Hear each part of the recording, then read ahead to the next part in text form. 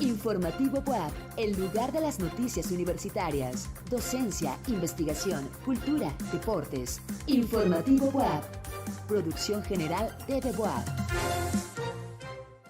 ¿Qué tal? Muy buenas noches. Gracias por acompañarnos. Yo soy Tan Fonseca y les doy la bienvenida a este programa especial de Informativo WAP. Antes de entrar de lleno con la información, los invitamos para que nos sigan a través de las diferentes plataformas, @TV WAP en todas las redes sociales, canal 18.1 en televisión abierta y 118 de Megacable, o bien en la app TV WAP y en internet a través de tv.wap.mx.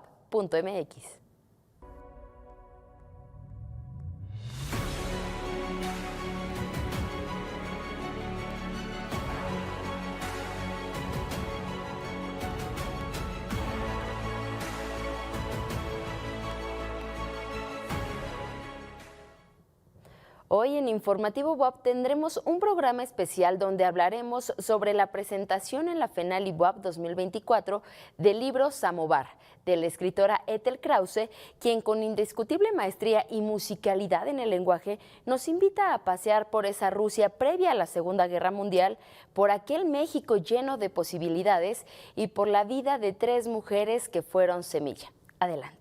Muchísimas gracias a mi querida Ethel Krause. Yo soy Adriana Barba, de Dirección General de Bibliotecas, y tengo el honor de estar hoy con ustedes en esta increíble feria, en este increíble lugar que el edificio Carolino es magia. Habla solo, por todos los pasillos hay misterios que están llenos de letras que ustedes van a poder descubrir en estos días. Y pues bueno, hoy vamos a platicar de Samovar. Samovar es la historia de una abuela, de la Bove Ana, que una abuela que entre el comedor de su departamento y las comidas con su nieta, con su hermana y con Modesta, se fue llenando de una nube de anécdotas, de historia, de dolor, de un montón de cosas que nos van a llevar a encontrar nuestro propio Samovar. Pero bueno, para esto tenemos a la creadora y vamos a empezar con las preguntas. Muy importante. Damos la bienvenida vamos a estar transmitiéndonos en TV WAP. Un saludo a todos los que nos están viendo y que van a disfrutar como si estuvieran aquí en primera fila con el Samovar y con mi querida Ethel. Bueno, pues empezamos. ¿Cómo estás? ¿Cómo te trata Puebla? ¿Cómo llegaste? Diciendo y cantando, qué chula es Puebla. Muy contenta de venir aquí, la comida magnífica, la gente hermosa. Este lugar verdaderamente es un poema humano y es un lujo estar aquí con ustedes y contigo, Adriana, que me has invitado para hablar de una novela que para mí es tan entrañable, tan profundamente entrañable, porque es la primera obra muy personal. Tiene una cantidad de elementos autobiográficos pues que a mí misma me sorprenden, me dejan fría, me dejan con la sensación de estar expuesta, pero al mismo tiempo muy plena, Adriana, porque después de toda una vida dedicada a la literatura, a leer, a escribir, a fomentar la escritura, especialmente de mujeres, pues, como te dijera, finalmente puedo hacer este honor a mi propia historia, a la historia de mi abuela, que representa, yo creo que un siglo de historia, ¿sí? De finales del siglo XIX, todo el siglo XX, pues hasta principios del XXI, con la pandemia, porque la historia empieza en la Rusia zarista y termina en suspenso, ¿sí? En los momentos de la pandemia, porque es la abuela y la nieta. Una conversación, una confrontación entre la abuela y la nieta, y yo creo que pues es una invitación para que todo el mundo tenga este tipo de conversación, confrontación con su abuela, particularmente con la abuela. Entonces estoy muy contenta de que me hayas invitado y poder hablar directamente con el público de algo que es tan personal, pero fíjense que decía Annie Ernaux, dice Annie Ernaux, la escritora francesa que ganó el premio Nobel en 2022, que es una de mis favoritas. Ella, al principio, la primera parte de su vida como escritora, hacía lo que llamaba novelas, lo que todos conocemos como novelas, pero que en realidad camuflaba sus propias historias y las presentaba como si fueran ficción. Y ya en la segunda parte de su vida, ella dijo, ¿por qué? ¿Por qué tengo que hacer eso? La literatura sin ficción también es literatura. Y se puso a, digamos, como a sacar la parte completamente autobiográfica, de manera que luego tiene novelas en dos versiones, la versión de ficción y la versión sin ficción. Y ella dice, yo escribo lo que me pasa a mí, no porque me pase a mí solamente, porque sea yo la importante, sino porque lo que me pasa a mí te pasa a ti, Claro. le pasa a todos. Entonces ella habla de la autosociobiografía.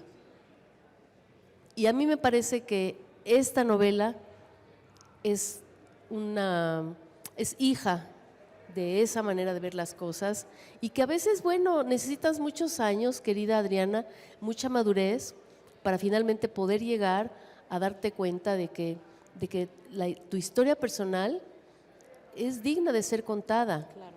porque es una historia que nos atañe a todos. Y estas mujeres que habitan en esta historia, pues son las mujeres que nos precedieron, son las mujeres que pasaron por todo el siglo XX. Entonces estoy muy contenta con haber podido dar ese paso. No me dejarás mentir, hablamos de Boveana, no me dejarán mentir ustedes que las abuelas son un pilar fundamental en nuestra vida. Hay excepciones, claro, como todo.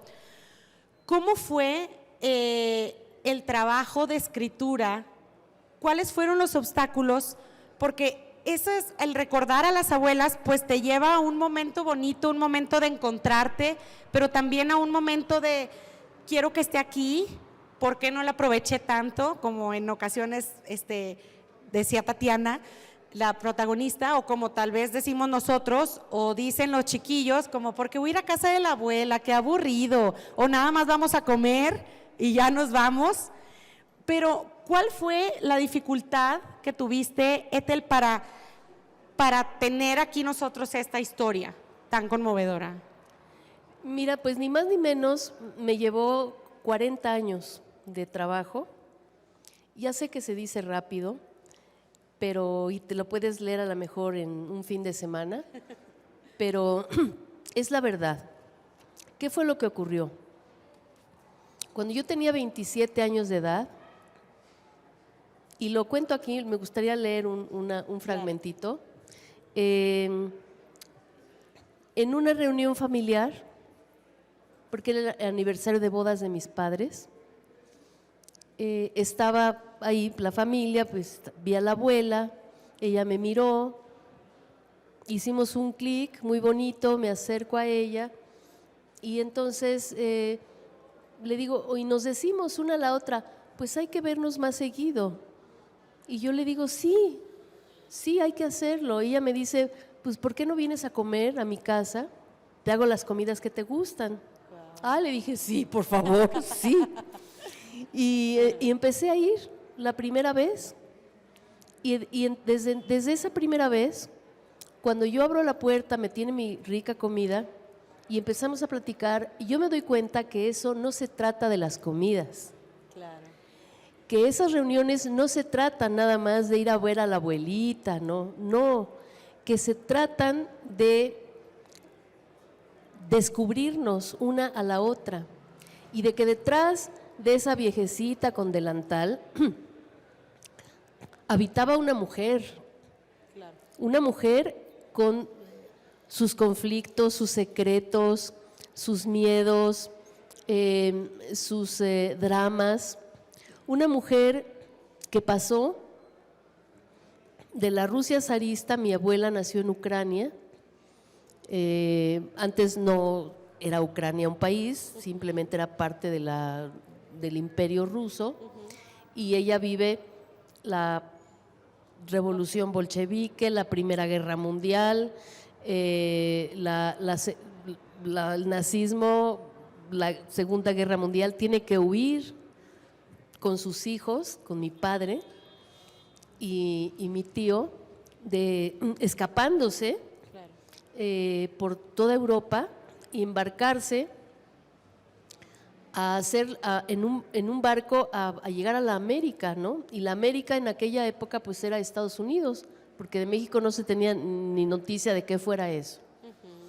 Pero en ese trance se cierra la frontera con Estados Unidos, como pasa siempre, ¿no? Claro. ¿Qué es lo que hace Estados Unidos con los migrantes? Cerrar las fronteras. ¿Qué hace México? Abrirlas. Y gracias a eso pudo llegar a desembarcar en Veracruz, pero todavía en el camino pasaron una serie de cosas, como que naufragó el barco, ¿sí? Bueno, no se murió porque si no, no estaría yo acá. Pero ella pasa todas esas aventuras, llega a un país desconocido, sin nada, sin el idioma, sin familia, sin dinero, y tiene que a ver cómo le hace en la vida. Pero ella trae una cosa, que es lo único que se trae consigo, y que aquí ustedes lo ven en la portada del libro, y trae su samovar. El samovar es esa tetera rusa en la que se hace el té, y allá en esos lares, pues tomar el té caliente es como si nosotros tomáramos aquí el cafecito o el mezcalito, ¿no? Que te da calor en el alma y en el cuerpo. Entonces, en aquellos fríos, pues el té caliente es un signo de calor de hogar, y también el samovar es como la identidad, un signo de identidad, y es lo único que se trae consigo, ¿sí?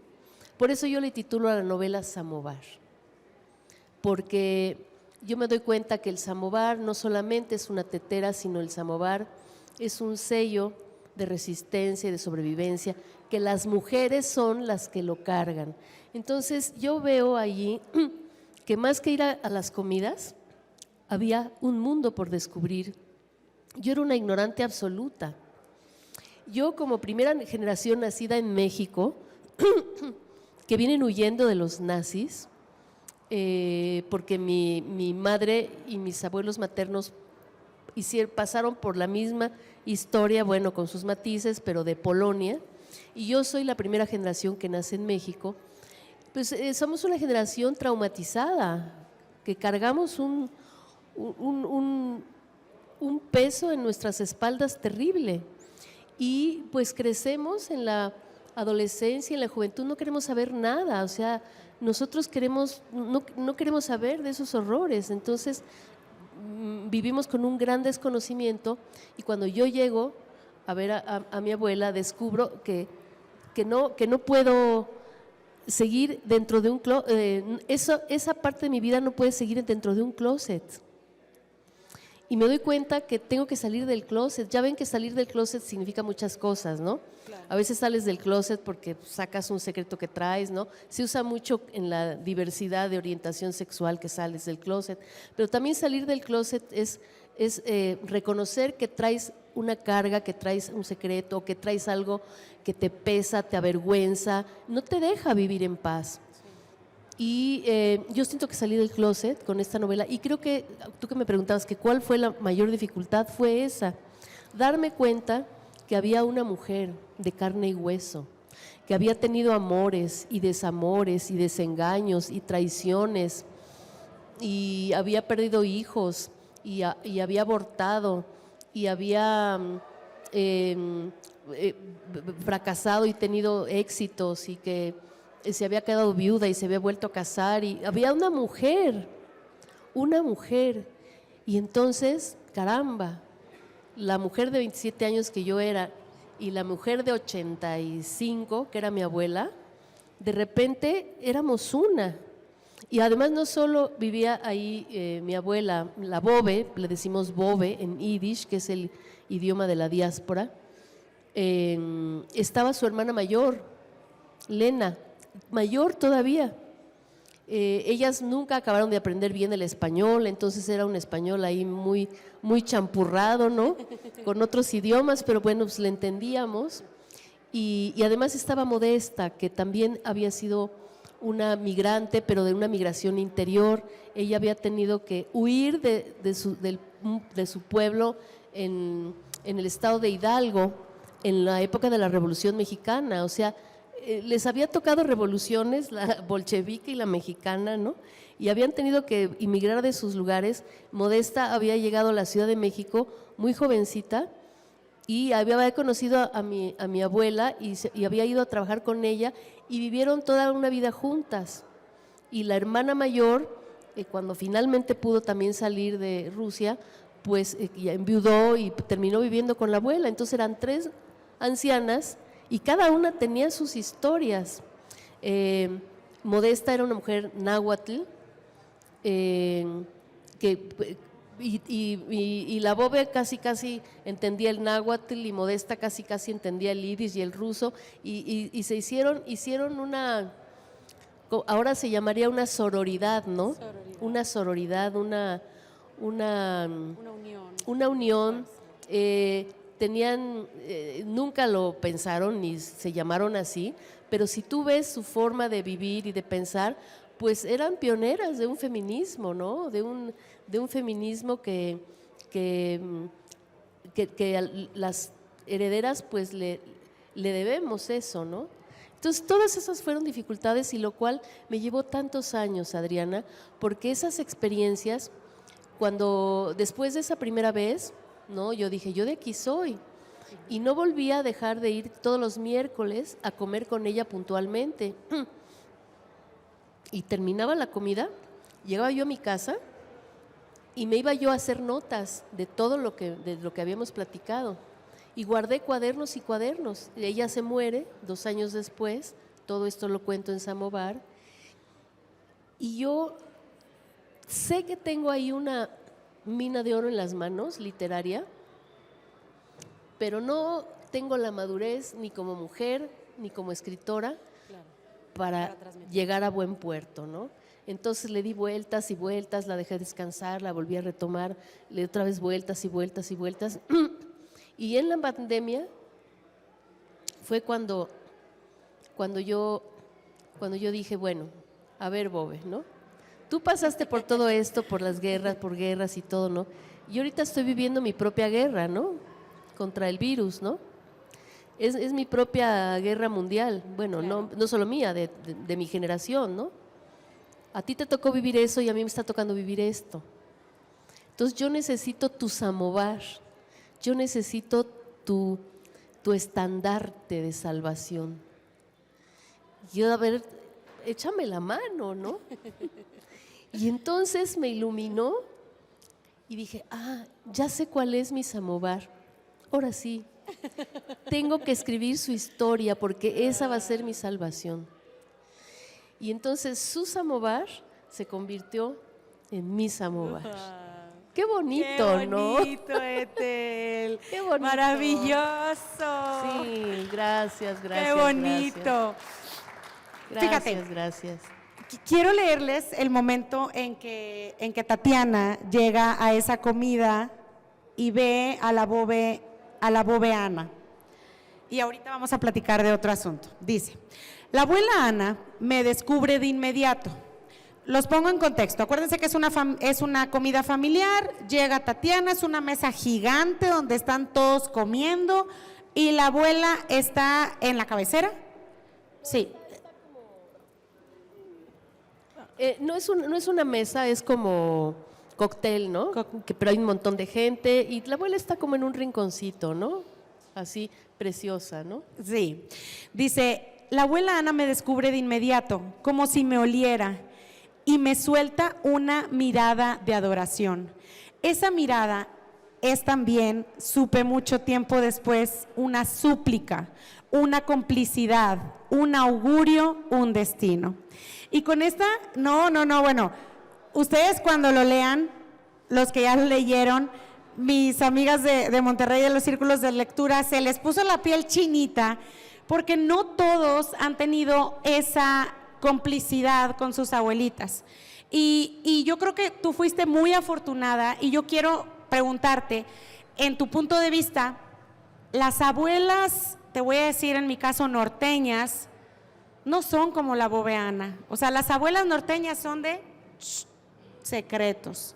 Lo mencionaba mi querida Orfa Alarcón en su novela Loba, donde la abuelita calla. Y eso lo vemos y lo vemos y lo vemos. Entonces, el leer, el meternos a ese antecomedor de ese departamento y ver que la boveana tiene esta complicidad y esa mirada con su nieta y le cuenta todo, es envidiable.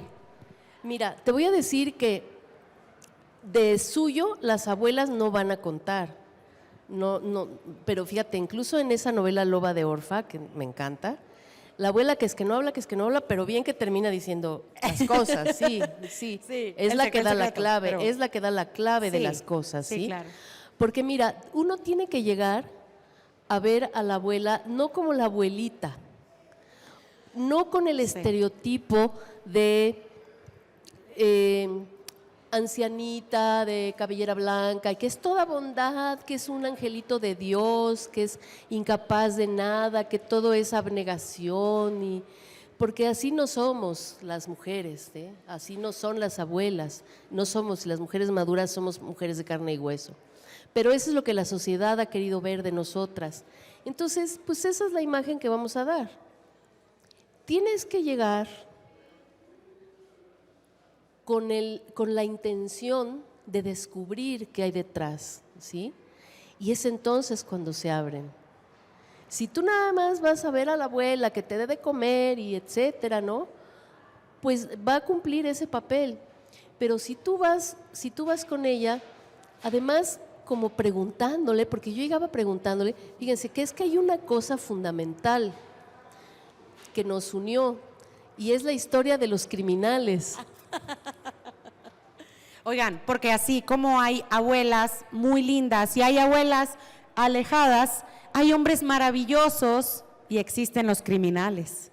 Y esos criminales te llenan de su criminalidad y te conviertes tú en tu propio criminal por no saber poner un alto a las cosas. Exacto, así ya. Y no estamos hablando de asaltantes. Asaltantes, pero del corazón. Del corazón.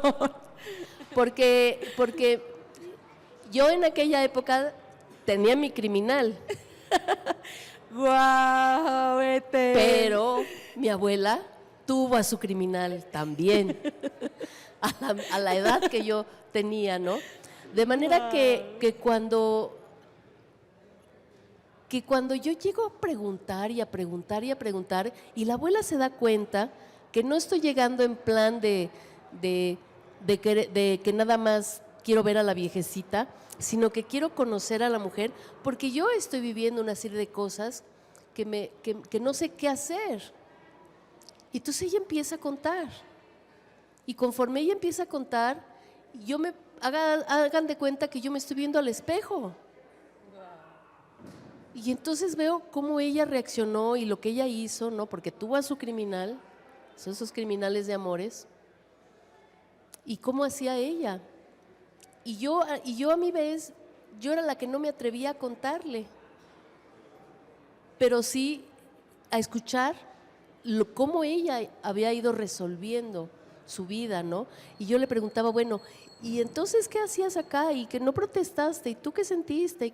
Y gracias a eso me fue contando, o sea, que uno tiene que ir con una actitud auténtica.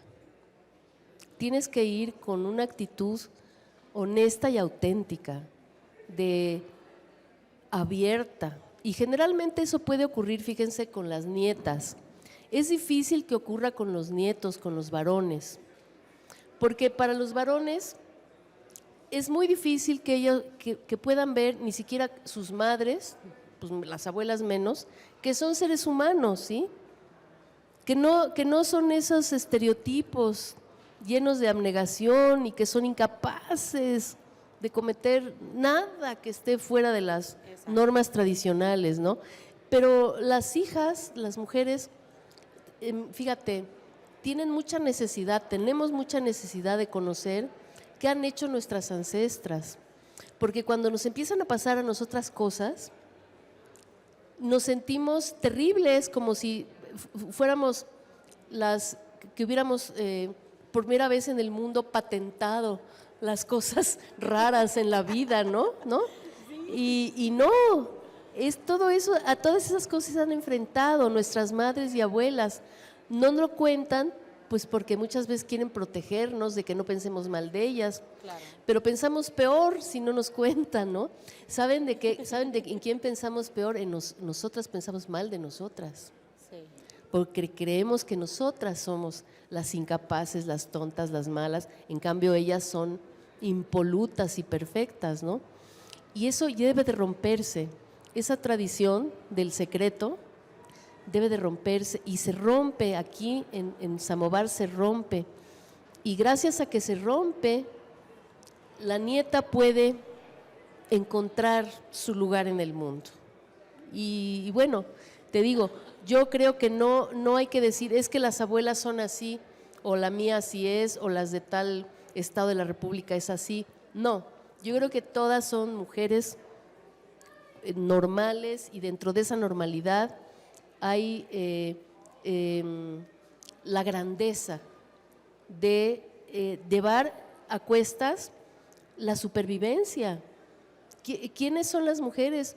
Las que hacen posible que exista la humanidad, las que cargan con la sobrevivencia de la historia, las que cuando los hombres se dedican a hacer guerras, las mujeres se ponen a cuidar que haya comida, que no se mueran los demás, que hay que huir, pues vamos, ¿no?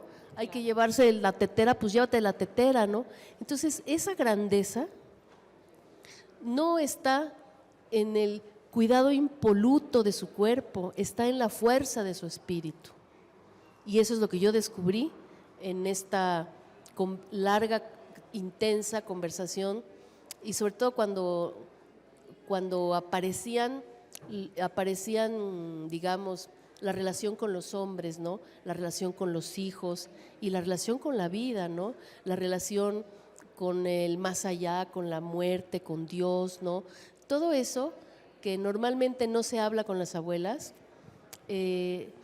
las mujeres necesitamos hacerlo porque nos vamos a sentir liberadas de mucha carga, realmente, ¿no crees? Sí, claro. Después de todos esos miércoles, Ethel, de plática, del ritual, de la comida, de la conversación, del descubrimiento, ¿cómo han sido para ti o cómo fueron después de la muerte de Bobe, Ana, esas pláticas o esa comida familiar que sabemos que más allá de la comida es el platicar, el estar con nuestras tías, con nuestras hermanas, con nuestras amigas? ¿Qué representó para ti después de haber tenido todos esos miércoles de descubrimiento? Yo soy la que soy ahora. ¿Y qué soy ahora? Dirían ustedes, bueno, ¿qué soy ahora, no? Fíjense. Yo creía que cuando era joven, tenía 27 años, era una mujer libre, era una mujer independiente, era una mujer pues que vivía lo que le daba la gana. Y no, en realidad era una mujer muy confusa y muy angustiada, de sensaciones de culpas y de inadecuación ante la vida, ¿no? Y con una incertidumbre y teniendo como que enmascarar todo eso, ¿no? Aunque pues yo no lo sabía y no me daba cuenta. Y ahora, apenas ahora es cuando realmente me siento una mujer libre. pero no una mujer libre en el sentido de que, ay, yo hago lo que me da la gana. Una mujer libre porque ya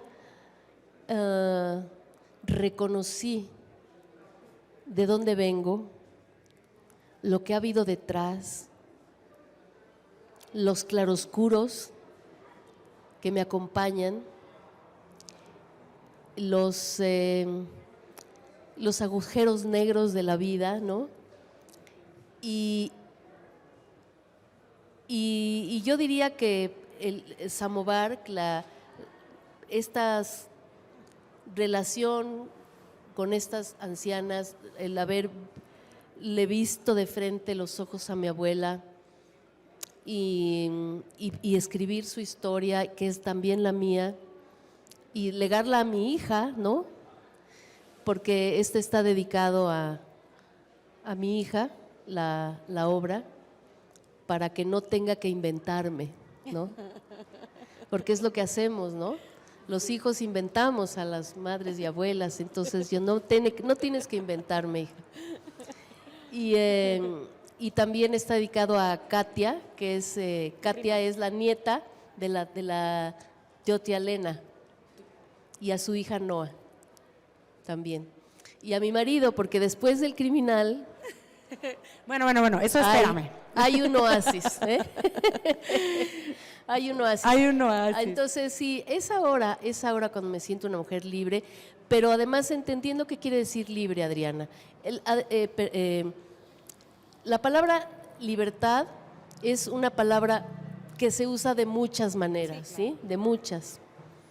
Y ahora me doy cuenta el significado auténtico de esa palabra, ¿no? Y yo creo que el samovar de mi abuela me dio esa libertad.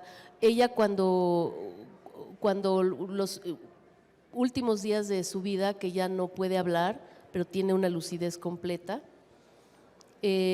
no dejaba que nadie le limpiara sus lentes, y yo tenía que llegar a limpiárselos, ¿no? Porque me lo decía, esa era la manera de dialogar conmigo, ¿no? Yo entiendo que ella ahí me decía, es que solo tú me ves, hija, solo tú me ves y solo yo quiero verte a ti. Qué fuerte lo que estoy diciendo, ¿eh? Pero yo así siento que ella está aquí, siempre la siento. Cada vez que hablo yo de samovar, cada vez que abro cualquier página y aquí aparece ella está y me sigue diciendo cosas. Yo hablo mucho con ella, luego le digo, ay, Bobe, por favor, ¿no? Mándame una señal y me la manda, ¿no? Entonces, eso es sentirse amado y sentirse libre. Yo creo que la palabra libertad, después de leer Samovar, yo sentí paz. O sea, era paz para mí la libertad. Y pude ver la libertad de Tatiana, la tuya, la de Bobe. Platícanos sobre el lenguaje de Bobe en la novela. Dicen que los límites de nuestro lenguaje son los límites del mundo. ¿Cómo se construyen tus recuerdos entre el ruso, el español de tu abuela y el mini español de tu tía? Que es muy variado. Fíjate que yo no sabía que, por ejemplo, mi papá llega de adolescente, cuando tiene 16 años, llega a México, habla ruso, y yo no sabía que él hablaba con tanto acento ruso, porque pues era mi papá, ¿no? Y una vez lo entrevistaron para un programa de televisión, porque él fue un gran jugador de fútbol americano, y le decían el ochichornia. Ochichornia quiere decir ojos negros en ruso. Entonces él jugaba con los Pumas en la universidad. Y él así, de alguna manera, como que sacaba todo lo que traía de carga emocional, porque él vivió los pogromos en Ucrania. Si no saben ustedes qué son los pogromos, que aquí lo cuento, es que de repente los cosacos, hagan de cuenta como una especie de ejército loco, llegaban con la hoz a cortar cabezas en los pueblos. a matar y cortar cabezas. Y él veía eso, y él se salvó de milagro porque se escondía y veía la matazón, ¿no?, de todos los vecinos. Y pues con esa carga emocional, él se mete a jugar fútbol americano y ahí saca todo, ¿no? Saca todo. Y fue un gran jugador de fútbol americano y le hicieron ya de grande una entrevista que salió en la tele en Canal 11 y lo oí hablar y dije, ay, ¿qué es eso? O sea, ¿qué es eso? Hasta que lo oí en la televisión me di cuenta del tremendo acento ruso de mi papá. Entonces, imagínate que yo nazco en una casa llena de lenguas, porque entre el polaco, el ruso, el yiddish, y el hebreo y el náhuatl de la nana María, de que te hablo aquí también, que es la tía de Modesta. Ajá. Entonces, creo que eso fue una fiesta maravillosa del lenguaje y que aparece aquí. A ver si me permiten leerles un trocito de las habladas de la Bobe. Dice...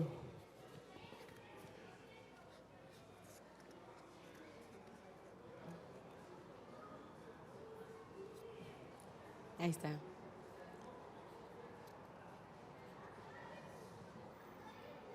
Aquí cuando yo le pregunto a la abuela, porque yo llego y le voy preguntando, ¿no? Del Zeide es abuelo.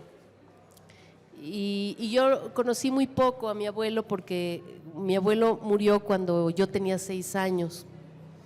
Después ella se vuelve a casar. Y yo le pregunto, ¿no? Que me cuente del abuelo, ¿no? Y luego le digo, a ver, cuéntame cómo se conocieron el Zeide y tú, por favor, Bobe. Y entonces aquí y trato de imitar un poquito esa mezcla de lenguas de mi abuela, ¿no? Él era agente viajero, vivía en otro pueblo. Llegó un día a tienda de papá y me vio. Ya me voy banco. Yo dije, porque no estuviera muy enamorada, porque yo estuviera muy enamorada de gerente de banco en Schmerinka. Schmerinka era el lugar donde nació mi padre. Ajá. ¿En serio? ¡Qué emoción! Y dijo Zeide a mí, ¿puedo ir a banco con usted? Y yo dije, ¿qué? ¿Yo lo voy a cargar? ¿Eso le dijiste? Y luego le preguntó a papá, ¿puedo ir a casa de usted mañana? Y papá dijo, ¿qué? ¿No tiene pies? ¿De veras así le contestaron tu papá y tú? ¡Ay, pobrecito! Ese mismo día invitó a teatro a toda familia, pagó palco para 12 gente. Caramba, Bobe, lo fulminaste. Eso le dije a tu abuela, lo fulminó. Corea Modesta, restregando las últimas gotas de la jerga. Mi abuela pone los ojos en blanco, es una colegiala. Pero yo no fui, salí con gerente. Era guapo, caballeroso, primo de Boronsky. Me brota una carcajada que va de ida y vuelta por la casa. Júrame que era primo del que sería tu segundo marido 50 años después, exclamo en un grito contenido. Porque sí es cierto. Salto de la silla, me meso los cabellos. ¿Por qué no sabía nada de eso? ¿En qué mundo estoy? Modesta retuerce la jerga como si quisiera sacarle los últimos secretos. Uy, chiquita, si yo te contara. Pues cuenten, por favor. Regreso a mi lugar. Ese día ya no vi a Zeide, porque no fui a teatro y él se fue a hotel. ¿A mí me importó que fue a hotel? ¿Qué me importó? Pero después escribió muchas cartas a papá con saludos a mí. Y un vez le escribió que le gusta la hija, que si no puede hacer algo, porque Boronsky también me cortejaba. Uy, se me fue.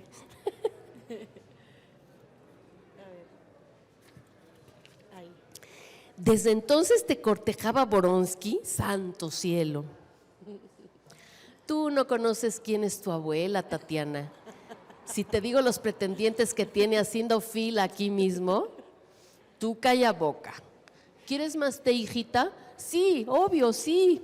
Bueno, porque sí, tenía fila de pretendientes. Claro. Yo llegaba y estaba un señor ahí y hablaba con él y no sé qué, sonriendo todo, y me presentaba como la nieta tesoro, ¿no? Ya lo despedía y digo, ¿y ese quién es? Otro pretendiente, decía. Sí. Ya después de haber enviudado por segunda vez. Bueno, ¿sí se entendió un poquito cómo habla la Bobe? Claro. Sí se entiende, ¿verdad? Yo hice posible ahí como que sí se entendiera, Sí. la gente que habla español entendiera, pero se diera cuenta que pues es una mujer con acento extranjero y que nunca terminó de hablar el español completamente, ¿no? Y entonces, y a mí yo creo que parte del encanto de haber nacido y del drama de haber nacido en una casa como en la que nací, llena de tragedias y de hornos crematorios y esqueletos, pero también de lenguas, ¿no? Y de muchas lenguas y de mucha pasión, ¿no? Yo creo que eso también como que me empujó a ser escritora, ¿no crees? Sí. Oye, entonces, ¿tu papá te hablaba en ruso y tu mamá? Mira, mi mamá era polaca y hablaba polaco, mi papá hablaba ruso. Ellos se conocieron ya en México, mis papás. Ok. Porque mi papá llegó a los 16 años y mi mamá llegó a los 8. Nada más esa diferencia de edad hizo, o sea, mi mamá llegó a los 8 años a México. Pero si llegó a los 8 años, ella sí aprendió a hablar casi perfectamente el español. Casi. Mi papá no, porque llegó más tarde, ¿no? Pues la adolescencia. Sí, Ella exacto. estaba igual y rebelde, no sé. Pero el acento, fíjate, el Sí. acento. Pero con sus padres, cuando ya tienen que huir de allá, hablan el yiddish. El yiddish es un dialecto del alemán que es el idioma de la diáspora, de los judíos de Europa. Okay.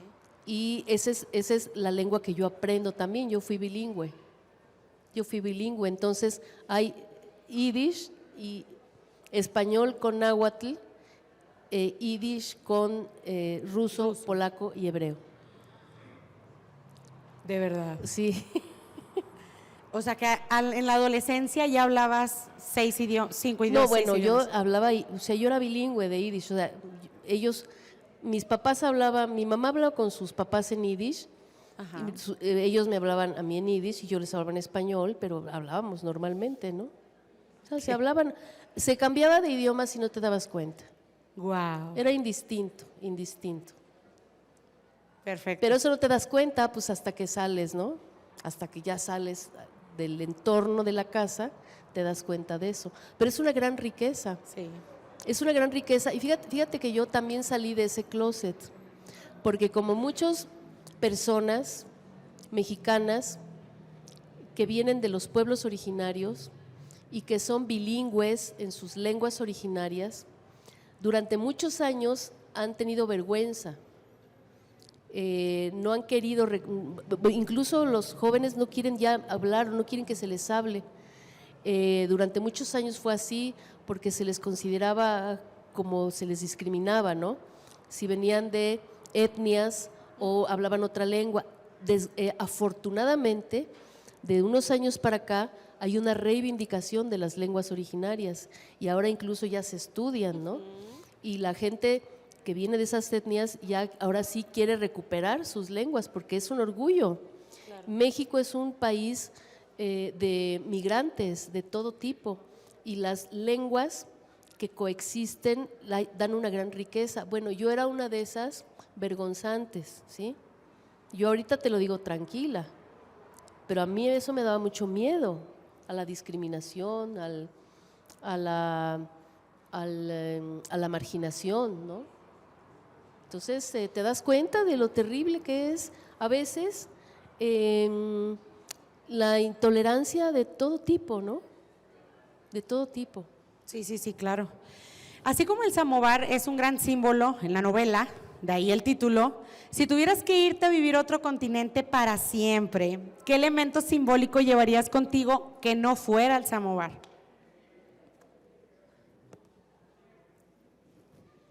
Mira, es que qué buena pregunta esa, porque cuando llegaron mis abuelos y mis papás, y así nos inculcaron, le tenían una adoración y veneración a México hasta su muerte, todos. Un agradecimiento, sintiendo que este sí era la tierra prometida, que este sí era el oasis, que este sí era el paraíso. Lo que nos contaban mis abuelos era, aquí nunca me detuvieron en la esquina para pedirme mis papeles, ¿no? El primer día que llegó mi papá a la Ciudad de México, hubo un temblor muy fuerte y entonces veían que la gente se hincaba, ¿no? Y rezaba, y ellos no sabían qué era eso. Y entonces mi papá empezó como que a gritar y su papá le dijo, si no te callas nos van a matar. Se quedó tan traumado mi papá de eso que siempre que temblaba enloquecía de pavor porque le quedaba la idea de que lo iban a matar. Entonces imagínate cómo venían, con qué carga venían y cómo llegaron a México, el México de aquella época. Después a mí me ha tenido que tocar transitar por el México por el que vamos transitando, ¿no? Donde ahora sí te tienen en la calle por tus papeles a todos los migrantes, ¿no? Y todo lo que pasa con los horrores de la violencia. Y entonces uno dice, ¿y si me tuviera que ir a dónde? Y no sabes que no se me ocurre. O sea, no puedo imaginarme vivir el caso de mis abuelos y mis padres y tenerme que ir a otro lugar. Lo pienso y no, o sea, me da como un bloqueo. No se me puede ocurrir a dónde. Y uno dice, me voy para Mérida, ¿no? Lo máximo que puedo decir es, me voy para Mérida. y no llevarme el samovar. Ay, qué pregunta tan fuerte me haces. A lo mejor me llevaría el libro. Oye, ¿sí tienes tu samovar en la repisa? Eso no lo voy a contestar porque eso te voy a decir, no lo voy a contestar aquí porque aquí está contado qué pasó con el samovar. Okay. Eso prefiero que los lectores se animen a buscar, a leer, a comprar la novela. Lo que sí es seguro es que ahí donde van a encontrar mi samovar, van a encontrar el suyo, el de cada uno de ustedes. Eso sí es seguro. Eso es lo más importante, que encuentren su samovar. Entre las pláticas de la historia de la tía Elena, de la abuela Bobe, se mezclan otros elementos que es como el descubrimiento, el encontrarse de la protagonista, de Tatiana.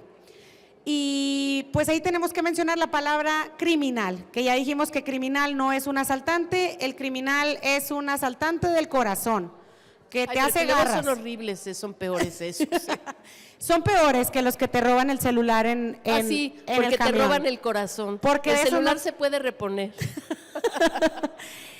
Del corazón, como le pasó a la protagonista, puedes pasar muchos años para poder encontrar tu samovar y decirle, alto aquí, criminal. ¿Qué piensas de todas esas mujeres que en ocasiones tenemos a nuestro criminal y que tienen que pasar muchos años para poder encontrarnos o encontrar nuestro samovar y decirle, ¿sabes qué? Quédate ahí en tu casa, ya no vengas. Un alto. ¿Qué pasó con la protagonista? ¿Qué pasó con tu criminal? ¿Qué pasó? ¿Por qué se tarda tanto? ¿Por qué nos tardamos tanto las mujeres o también los hombres?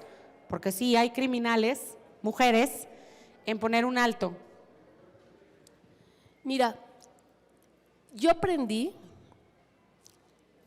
que no debemos poner el foco en las mujeres, es decir, digamos, en la parte de la víctima, porque bastante trabajo tenemos con haber sido víctimas, con que ahora también nosotras somos las que tenemos la culpa de serlo y las que debemos hacer todo para sanar. Y de alguna manera sí está en nuestras manos mucho, pero yo prefiero poner el foco en el criminal, ¿no?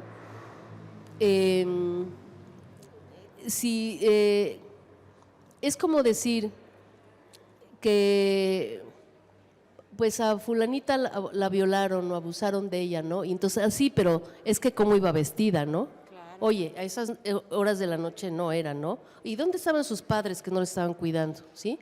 Entonces, no pones el foco en quien comete la acción, ¿sí? Si, pones el foco, parecería que uno lo permitió, o lo buscó o lo quiso. Uno no quiere ser dañado. Uno se abre a veces pues con la mejor intención del mundo.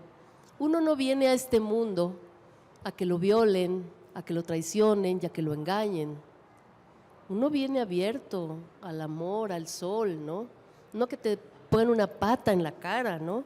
Entonces, ¿por qué no poner el foco de atención en el que pone la pata en la cara, ¿no? Y yo creo que la nieta, gracias a las conversaciones con la abuela, cuando ella conoce cómo la abuela va resolviendo los avatares de su vida, es que la nieta dice, mi abuela, porque hay una parte donde dice, yo pensé que mi abuela era mi pasado. No, mi abuela es mi futuro.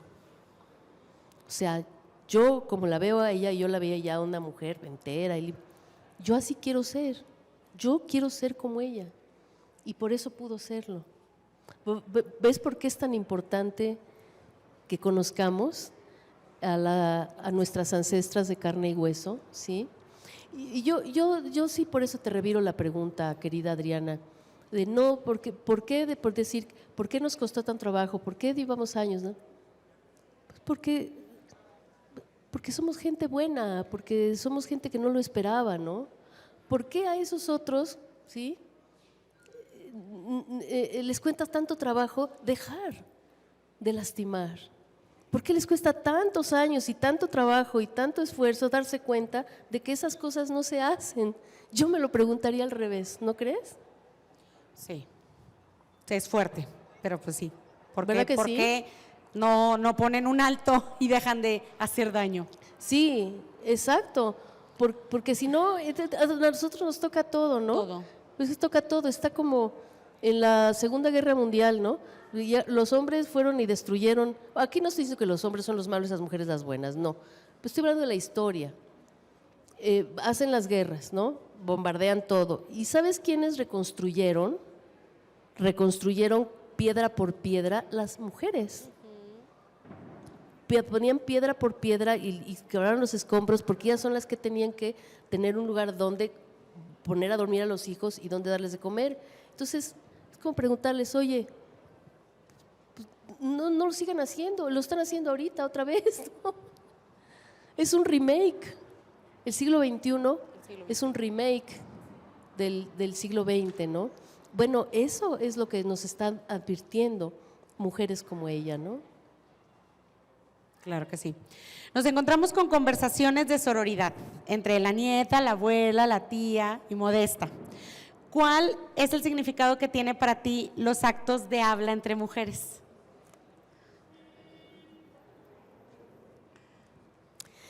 Mira,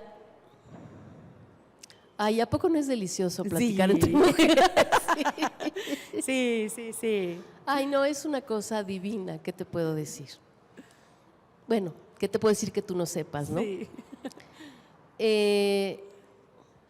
Imagínate poder hacerlo con las ancestras, ¿sí? Les voy a contar rapidísimo. En unos talleres que yo estoy dando virtuales, hicimos un proyecto y acaba de salir un libro, que a ver si en algún momento lo presentamos, porque acaba de salir, se llama Cartas a las Ancestras. Y estuvo motivado por Samovar, en donde las autoras del taller se pusieron a escribirle a sus ancestras, abuelas, bisabuelas, etcétera. No importa que las hubieran conocido o no, pero les hacen cartas y les preguntan cosas. Les preguntan todos los huecos que se les quedaron, ¿no? porque se dieron cuenta de una cosa, que tal vez de la vida de los abuelos, pues saben más o menos, ¿no? Que se dedicaba a esto, que hacía esto, que si era campesino, que si tenía este negocio, etcétera, ¿no? Pero de las mujeres casi no saben nada, nada, como que nada más estaban ahí en la cocina o criando hijos, ¿no? Entonces, ¿qué cosas les faltó preguntarles? Y entre las cosas que estas autoras les preguntan a sus ancestras es, bueno, ¿cómo supiste cuando te enamoraste? ¿Sí te casaste enamorada de mi abuelo o no? ¿O fue por imposición de la familia, no? ¿Cómo supiste, no? ¿Alguna vez sentiste tal cosa, sentiste la otra? O sea, y son cosas que les preguntan las autoras, las mujeres, porque son cosas que ellas sienten y a ellas les está pasando, Claro. pero no tienen con quién platicarlo, imagínense, ¿no? Es horrible. No tienes con quién platicarlo. Entonces, hablar entre mujeres, a pesar de que luego se dice que sí, que bueno, te pones en riesgo porque es vulnerable y porque la otra te puede traicionar, sí te puede traicionar, todo el mundo te puede traicionar, ¿sí? Pero puede ser que no, y hay más ganancia en la amistad entre mujeres que en estarse resguardando tanto en la vida, ¿no? Y porque aprendes de la vida de las demás, definitivamente. Claro que sí. Y es estar entre carcajadas, te reinicia la vida, de verdad. O sea, cuando estás hablando con mujeres y estás contando y te están adivinando lo que dijiste, etcétera, es muy enriquecedor. Siempre. Sí, y luego muchas veces una le puede decir, no, mira, no me estás diciendo bien, no me estás diciendo las cosas, yo te lo noto en la cara, ¿no? O sea, aquí hay algo que no. Y dices, ay, qué bueno que me preguntas, ¿no? ¿Verdad? Sí. O hiciste esto, ¿verdad? No le contesté esto, sí le contestaste. Sí, es una magia. Sí, es muy bonito. Es una magia, es muy verdad. bonito. Es así como llegamos al final de este espacio informativo WAP. Gracias a todo el equipo informativo y de producción. Mañana tienen una cita en punto de las 8 de la noche con mi compañero Enrique Moctezuma Malacara. Yo soy Tan Fonseca y recuerden, todos somos lobos.